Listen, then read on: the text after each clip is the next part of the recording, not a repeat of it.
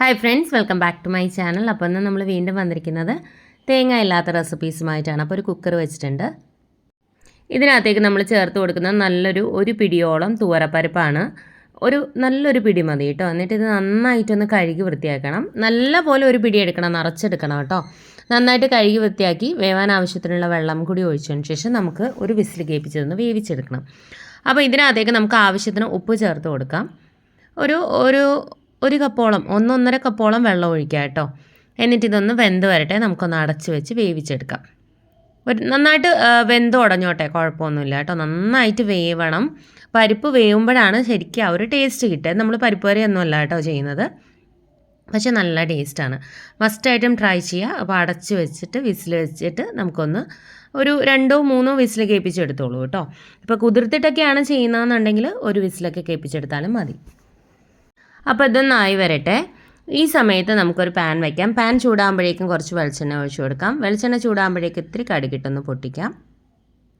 ഇനി നമ്മളിതിനകത്തേക്ക് ചേർത്ത് കൊടുക്കുന്നത് കോവയ്ക്കാണ് കേട്ടോ. അതാ ഇതുപോലെ ചരിച്ചിട്ട് അരിഞ്ഞെടുത്താൽ മതി കേട്ടോ. രണ്ടായിട്ടൊന്ന് നീളത്തിൽ കട്ട് ചെയ്യുക. എന്നിട്ടിങ്ങനെ ചരിച്ച് അരിഞ്ഞെടുത്താൽ മതി. ഒരു 10 കോവയ്ക്ക ഞാൻ എടുത്തിട്ടുണ്ട്. അത് ഞാൻ ഇതിനകത്തേക്ക് ചേർത്ത് കൊടുത്തു. എന്നിട്ടൊരു 1 മിനിറ്റ് ഒന്ന് വഴറ്റിയതിന് ശേഷം നമുക്കതിലേക്ക് സവോള ഇട്ട് കൊടുത്താൽ മതി കേട്ടോ. കോവയ്ക്ക ജസ്റ്റ് ഒന്ന് വാടണം, എന്നിട്ട് സവോള ഇട്ടാൽ മതി. സവോളയും മീഡിയം വലുപ്പത്തിലുള്ള ഒരു സവോള നല്ല ചെറുതായിട്ട് അരിഞ്ഞാണ് കേട്ടോ ചേർത്ത് കൊടുത്തത്. ഒരുപാട് വലിയ സവോള എടുക്കേണ്ട, മീഡിയം ടൈപ്പ് ഒരു ചെറുത് മതി കേട്ടോ. കാരണം കുറച്ച് നീളത്തിൽ അരിഞ്ഞോളൂ. അപ്പോൾ നന്നായിട്ട് നമുക്കൊന്ന് വഴറ്റിയെടുക്കണം. അപ്പോൾ ഇതിനകത്തേക്ക് ആവശ്യത്തിന് ഉപ്പും കുറച്ച് കറിവേപ്പിലയും കൂടി ചേർത്ത് ഒന്ന് ഒതുക്കി വെച്ചൊന്ന് അടച്ച് വയ്ക്കാം. അപ്പോൾ ഒരിത്തിരി കഴിയുമ്പോൾ ഇടയ്ക്കിടയ്ക്ക് ഒന്ന് ഇളക്കി കൊടുത്ത് ഓപ്പൺ ചെയ്യുക, വീണ്ടും അടച്ച് വെച്ചെടുക്കുക. നന്നായിട്ട് നമുക്കൊന്ന് മൊരിച്ചെടുക്കുന്ന പോലെ എടുക്കണം കേട്ടോ. അപ്പോൾ ഞാൻ വീണ്ടും അടച്ച് വെച്ച് കൊടുത്തിട്ടുണ്ട്.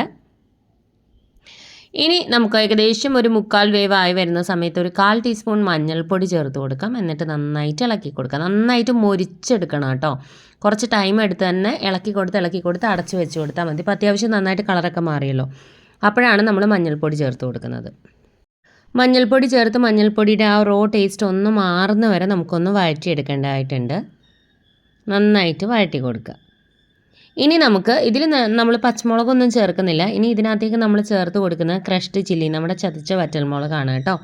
നല്ല ടേസ്റ്റാണ്. അപ്പം വീട്ടിൽ തന്നെ പൊടിച്ചെടുക്കണമെങ്കിൽ അങ്ങനെ എടുക്കാം.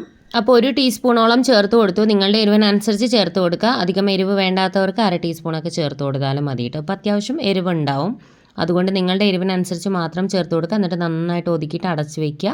ഇടയ്ക്ക് ഒരു മിനിറ്റ് കഴിയുമ്പോൾ വീണ്ടും ഒന്ന് ഓപ്പൺ ചെയ്ത് ഒന്ന് ഇളക്കി കൊടുക്കുക. ആ പച്ചക്കുത്തൊന്ന് മാറണം നമ്മുടെ വറ്റൽമുളകിൻ്റെ, അത്രയേ ഉള്ളൂ കേട്ടോ. എന്നിട്ട് നന്നായിട്ട് മൊരിച്ചെടുക്കണം. നല്ലപോലെ മൊരിഞ്ഞ് കിട്ടുമ്പോഴാണ് ടേസ്റ്റ് വരിക. അപ്പോൾ നന്നായിട്ട് കളറൊക്കെ ചേഞ്ച് ആയിട്ടുണ്ട്. നമുക്ക് ഫ്ലെയിം ഓഫ് ചെയ്യാം. ഈ സമയത്ത് നമ്മുടെ പരിപ്പ് ഇതാ വെന്ത് വന്നിട്ടുണ്ട് കണ്ടോ. നന്നായിട്ട് പരിപ്പ് നന്നായിട്ട് വെന്തിട്ടുണ്ട്. ആ ഒരു പരുവത്തിലാണ് കിട്ടിയിരിക്കുന്നത് കണ്ടോ. ഇനി നമുക്ക് വേണമെന്നുണ്ടെങ്കിൽ നന്നായിട്ടൊന്ന് ഉടച്ചു കൊടുത്ത് പരിപ്പ് കുറച്ചും കൂടി ഒന്ന് ഉടച്ചെടുക്കാം. ആ പരിപ്പിൻ്റെ ജ്യൂസൊക്കെ കംപ്ലീറ്റ് ആയിട്ട് നമ്മുടെ ആ വെള്ളത്തിലേക്ക് ഇറങ്ങണം. ഇനി നമുക്കൊരു പാൻ വയ്ക്കാം. പാൻ ചൂടായി വരുമ്പോഴേക്കും കുറച്ച് വെളിച്ചെണ്ണ ഒഴിച്ചു കൊടുത്ത് കടുകിട്ടൊന്ന് പൊട്ടിക്കാം. കടുക് പൊട്ടി വരുമ്പോഴേക്കും ഒരു 1/4 ടീസ്പൂൺ ഉലുവ ഇട്ട് കൊടുക്കാം. അല്ലെങ്കിൽ ഒരു 2 നുള്ള് അത്രയും മതിയാവും. ഉലുവയും കൂടെ ഒക്കെ ഒന്ന് പൊട്ടി വരട്ടെ.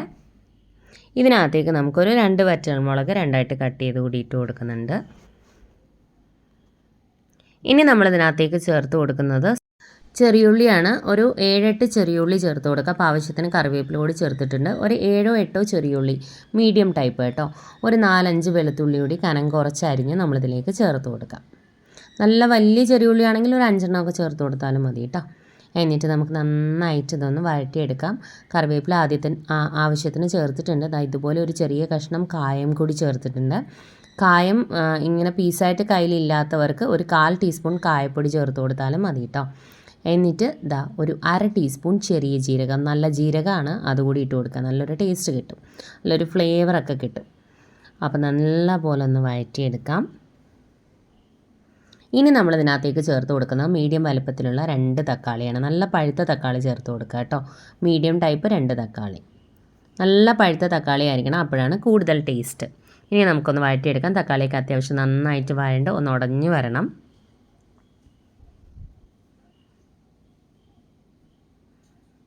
ഇനി നമുക്കിതിനകത്തേക്ക് ഉപ്പ് നമ്മളിതുവരെ ചേർത്തിട്ടില്ലല്ലോ, അപ്പോൾ ആവശ്യത്തിന് ഉപ്പ് കൂടി ചേർത്ത് കൊടുക്കാം. അപ്പോൾ നമ്മൾ തേങ്ങ ചേർക്കാത്ത ഒരുപാട് ഉച്ചയൂണ് റെസിപ്പീസ് ചെയ്യുന്നുണ്ട്. കാണാത്തവർ അതെല്ലാം ഒന്ന് കണ്ടു നോക്കുക. ഇതിന് മുന്നോട്ടുള്ള വീഡിയോസ് ചെക്ക് ചെയ്ത് കഴിഞ്ഞാൽ തേങ്ങ ചേർക്കാതെയുള്ള ഉച്ചയൂണ് റെസിപ്പീസ് ലഞ്ച് മെനു നമ്മൾ ചെയ്തിട്ടുണ്ട്. കാണാത്തവർ അതെല്ലാം ഒന്ന് കണ്ടു നോക്കുക. അപ്പോൾ നമ്മുടെ തക്കാളിയൊക്കെ അത്യാവശ്യം ഒന്ന് വാടി തുടങ്ങുന്ന സമയത്ത് ഒരു 1/4 ടീസ്പൂൺ മഞ്ഞൾപ്പൊടി, 1 ടീസ്പൂൺ മുളക് പൊടി ചേർക്കുന്നുണ്ട്. എരിവ് അധികം വേണ്ടാത്തവർക്ക് 1/2 ടീസ്പൂണോ 3/4 ടീസ്പൂണോ ഒക്കെ ചേർക്കാം. ഇതങ്ങ് ഓവർ എരിവല്ല, അത്യാവശ്യം എരിവുണ്ടാവും. 1 ടീസ്പൂൺ, ഒരുപാടങ്ങ് കുമിച്ചെടുക്കേണ്ട, ഒന്ന് ലെവൽ ചെയ്ത് 1 ടീസ്പൂൺ ചേർത്ത് കൊടുത്താൽ മതി. എന്നിട്ട് ആ പൊടികളുടെ ആ റോ ടേസ്റ്റ് മാറുന്ന വരെ ഫ്ലെയിം കുറച്ച് വെച്ചിട്ടൊന്ന് വഴറ്റിയെടുക്കുക. അപ്പോൾ അത്യാവശ്യം നമ്മുടെ തക്കാളിയൊക്കെ ഉടഞ്ഞ് വരുമ്പോഴേക്കും ഒരു നെല്ലിക്ക വലുപ്പത്തിലുള്ള പുളി ഒരു 1/4 ഗ്ലാസ് വെള്ളത്തിൽ നന്നായിട്ട് ഞെരടി പിഴിഞ്ഞെടുക്കുക. എന്നിട്ട് അതിൽ നിന്ന് കുറച്ച് 1/4 ഗ്ലാസ് കംപ്ലീറ്റ് ആയിട്ട് ഒഴിച്ചു കൊടുക്കേണ്ട, കുറച്ച് ഒഴിച്ചു കൊടുക്കുക. കാരണം പുളിയുടെ അളവ് ഒരുപാട് കൂടണ്ട, നമ്മൾ തക്കാളി ഇട്ടിട്ടുണ്ട്. അപ്പോൾ പുളി കുറച്ച് മതി കേട്ടോ. ഒരു ഗ്ലാസ്സിൽ താഴെ മതി, കാൽ ഗ്ലാസ്സിൽ താഴെ ഒഴിച്ചു കൊടുത്താൽ മതി. പിന്നീട് വേണം എന്നുണ്ടെങ്കിൽ നമുക്ക് എക്സ്ട്രാ ഒഴിച്ചു കൊടുക്കാം. എന്നിട്ട് ആ പുളിവെള്ളം നന്നായിട്ടൊന്ന് തിളച്ച് കഴിയുമ്പോൾ 1 കപ്പ് വെള്ളം, അതായത് 250 ml കപ്പിന് 1 കപ്പ് വെള്ളമാണ് നമ്മളിതിലേക്ക് ഒഴിച്ചു കൊടുക്കുന്നത്. ഏത് വെള്ളമാണെന്ന് വെച്ചാൽ നമ്മുടെ പരിപ്പ് വെന്തില്ലേ, ആ വെള്ളമാണ് നമ്മൾ ഒഴിച്ചു കൊടുത്തിരിക്കുന്നത്. 250 ml കപ്പിന് 1 കപ്പ് പരിപ്പ് വെന്ത വെള്ളവും പിന്നെ അതിന് ശേഷം ഒരു 1/4 ഗ്ലാസ് ടു 1/2 ഗ്ലാസ് വെള്ളം അല്ലാതെ എക്സ്ട്രാ കൂടി ഒഴിച്ചു കൊടുക്കുക. അതായത് നമ്മുടെ തിക്നെസ്സിനനുസരിച്ച് ഒഴിച്ചു കൊടുക്കുക. ചില പരിപ്പ് നല്ല തിക്കായിരിക്കും വെള്ളം, അങ്ങനെയാകുമ്പോൾ അത് കുറച്ച് ലൂസാക്കാനായിട്ട് നമ്മളൊരു 1/2 ഗ്ലാസ് വെള്ളമൊക്കെ ഒഴിച്ചു കൊടുക്കേണ്ടി വരും കേട്ടോ. എന്നിട്ട് നന്നായിട്ട് തിളച്ച് വരുമ്പോൾ ആവശ്യത്തിന് മല്ലിയില ഇട്ട് കൊടുക്കാം. ആദ്യം നന്നായിട്ടൊന്ന് തിളച്ച് കഴിഞ്ഞിട്ട് ഒരു 2 മിനിറ്റ് ഫ്ലെയിം നല്ല ലോയിൽ വെക്കുക. അതിനുശേഷം നന്നായി തിളച്ച് കഴിയുമ്പോൾ നമുക്ക് ഫ്ലെയിം ഓഫ് ചെയ്ത് കൊടുക്കാം. നന്നായി തിളച്ച് കഴിയുമ്പോൾ നമുക്ക് അതിനകത്തേക്ക് കുറച്ച് മല്ലിയില കൂടി ഇട്ട് കൊടുക്കാം. അതുപോലെ തന്നെ ഉപ്പൊക്കെ ചെക്ക് ചെയ്ത് നോക്കുക. എക്സ്ട്രാ വേണം എന്നുണ്ടെങ്കിൽ ചേർത്ത് കൊടുക്കാൻ മറക്കരുത്. എരിവൊക്കെ ചെക്ക് ചെയ്യുക. നമ്മളിതിൽ കുരുമുളക് പൊടി ഒന്നും ചേർക്കുന്നില്ല കേട്ടോ. അപ്പോൾ അത് ഓഫ് ചെയ്ത് വെക്കാം. നന്നായി തിളച്ച് കഴിഞ്ഞു കേട്ടോ, അത് മാറ്റി വയ്ക്കാം. ഇനി നമുക്കൊരു നല്ല ടേസ്റ്റ് ആയിട്ടുള്ള റെസിപ്പിയാണ് കേട്ടോ.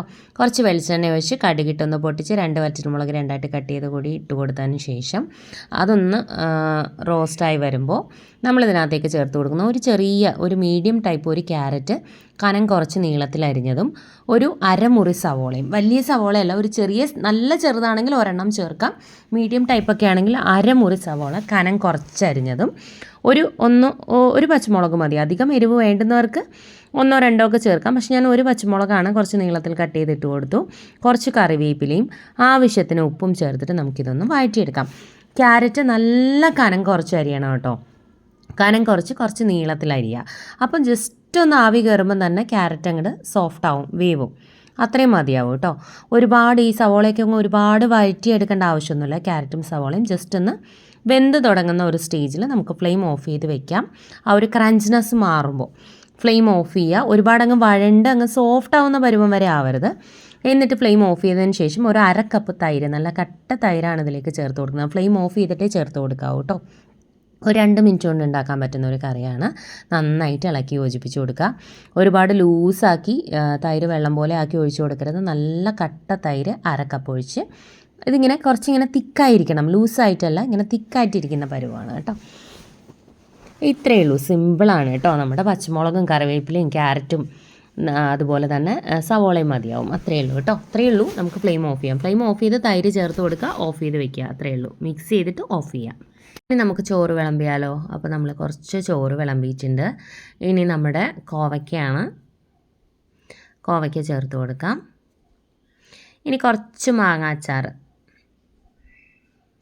ഇനി നമ്മൾ ചേർത്ത് കൊടുക്കുന്നത് നമ്മുടെ ക്യാരറ്റും തൈരിൻ്റെയും കൂട്ടുണ്ടല്ലോ, നല്ല ടേസ്റ്റാണ്. ശരിക്കും ഈ ഒരു കറി മാത്രം മതി കേട്ടോ ചോറിന്.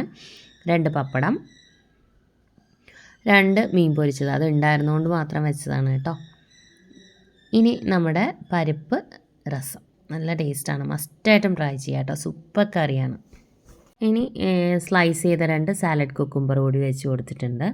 നല്ല ടേസ്റ്റാണ്. ഈ ഒരു കോമ്പിനേഷൻ തന്നെ നിങ്ങൾ ട്രൈ ചെയ്യണമെന്നില്ല. നിങ്ങൾക്കിതിൽ ഇപ്പോൾ രസം മാത്രമാണ് ഇഷ്ടപ്പെട്ടെങ്കിൽ രസം എടുക്കാം, കോവയ്ക്ക എടുക്കണം എന്നില്ല. നിങ്ങൾക്ക് വേറെ ഏത് കറിയാണോ അത് ചൂസ് ചെയ്യാം. അപ്പോൾ നമ്മൾ കണ്ടിന്യൂസ് ആയിട്ട് ലഞ്ച് മെനു ഒരുപാട് ചെയ്യുന്നുണ്ട് കേട്ടോ, ഉച്ചയൂണ് റെസിപ്പീസ്. അപ്പോൾ അത് പ്ലേലിസ്റ്റായിട്ട് ക്രിയേറ്റ് ചെയ്തിട്ടിട്ടുണ്ട്. പ്ലേലിസ്റ്റ് ചെക്ക് ചെയ്താൽ ഇതുവരെ ഇട്ടിരിക്കുന്ന ഒരു 10-45ഓളം വീഡിയോസ് ഉണ്ട്, അതെല്ലാം അതിലുണ്ടാവും. അന്ന് നിങ്ങൾ സെർച്ച് ചെയ്ത് നോക്കുക. നിങ്ങൾക്ക് ഏതൊക്കെ റെസിപ്പീസ് ഇഷ്ടമായി എന്ന് വെച്ചാൽ അതൊരു കോമ്പിനേഷനായിട്ട് ചെയ്ത് നോക്കുക. അത്രയേ ഉള്ളൂ കേട്ടോ. ഇതേ കൂട്ട് തന്നെ ചെയ്യണം എന്നൊന്നുമില്ല. നിങ്ങൾക്ക് ഇഷ്ടമുള്ള രീതിയിൽ നിങ്ങൾ ട്രൈ ചെയ്ത് നോക്കുക. അത്രയേ ഉള്ളൂ കേട്ടോ. അപ്പോൾ എന്തെങ്കിലും സജഷൻസ് ഒക്കെ ഉണ്ടെങ്കിൽ കമൻറ്റ് ബോക്സിൽ കമൻറ്റ് ചെയ്യാൻ മറക്കരുത്. എന്തെങ്കിലും ഡൗട്ട്സ് ഒക്കെ ഉണ്ടെങ്കിൽ ചോദിക്കാവുന്നതാണ്, റിപ്ലൈ തരുന്നതായിരിക്കും. എന്തെങ്കിലുമൊക്കെ റെസിപ്പീസ് ട്രൈ ചെയ്യണമെന്ന് നിങ്ങൾക്ക് ഉണ്ടെന്നുണ്ടെങ്കിൽ ഒന്ന് മെസ്സേജ് ചെയ്യാം കേട്ടോ. നമുക്ക് ട്രൈ ചെയ്ത് നോക്കാം, കമൻറ്റ് ചെയ്തിരുന്നാൽ മതി. അപ്പോൾ പുതിയ റെസിപ്പിയുമായിട്ട് നമുക്ക് വീണ്ടും കാണാം. Thank you friends, thanks for watching.